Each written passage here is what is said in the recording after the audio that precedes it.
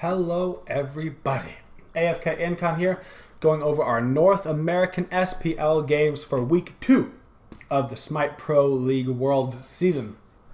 First up this week, on Thursday, was AFK Esports versus Enemy Esports. This one going to AFK, both games here. Both games going above 30 minutes. Neither games particularly a stomp, you know. There was nothing crazy. Bit of back and forth at the beginning.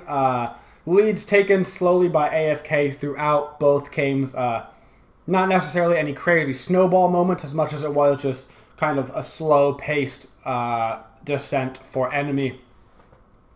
No real giant misplays.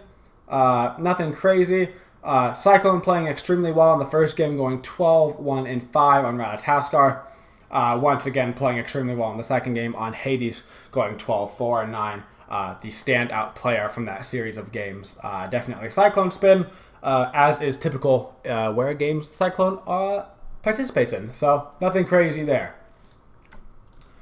Something that was a little bit unexpected this week, Eager dropping a game to Cognitive Gaming. First game going the way of Eager in a 40-minute game. Probably a bit longer than people were expecting. Eager, considered one of the stronger teams in North America right now, with the addition of Omega. Zapman playing very well, and Last playing very well here in this first game.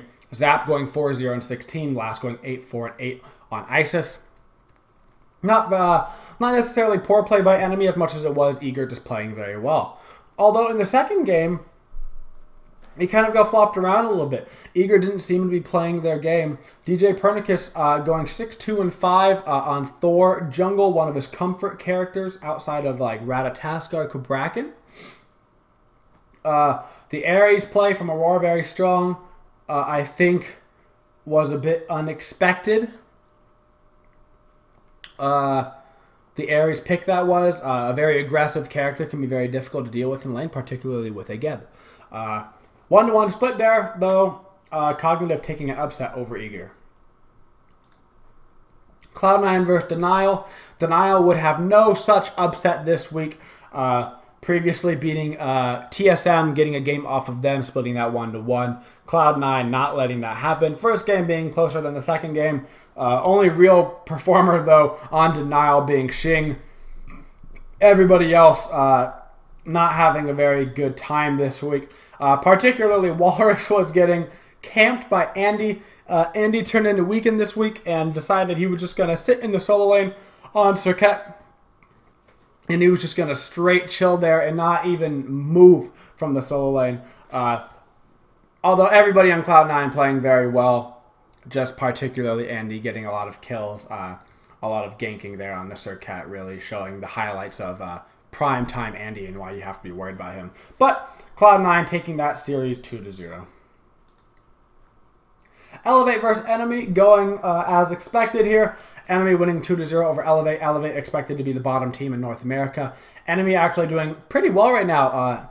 Pretty respectably right now. Wiggles going 14-3 on Kali, playing very well. One of the strongest players, if not the strongest player on Enemy, is Wiggles.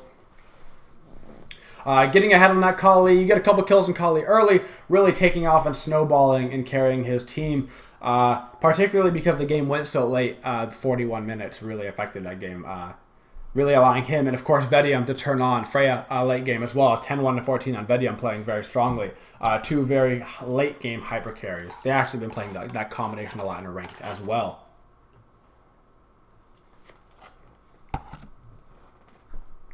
Second game, Enemy wasn't going to mess around. Knocked the game out in less than 30 minutes. Not so much Elevate playing bad as Enemy just coming online and like, oh, we're going to play our game. Pain on Odin, like, I'm going to show you Odin because that's my god. And then Enemy did Enemy things. 2-0 Enemy, as expected. The best set of the week by far, and singularly one of the best games in the history of Smite. If you have not watched this game, go watch it. The first game, TSM versus Eager. TSM winning 2-0, as a lot of people thought would happen. I really thought this series would go 1-1, and it really should have.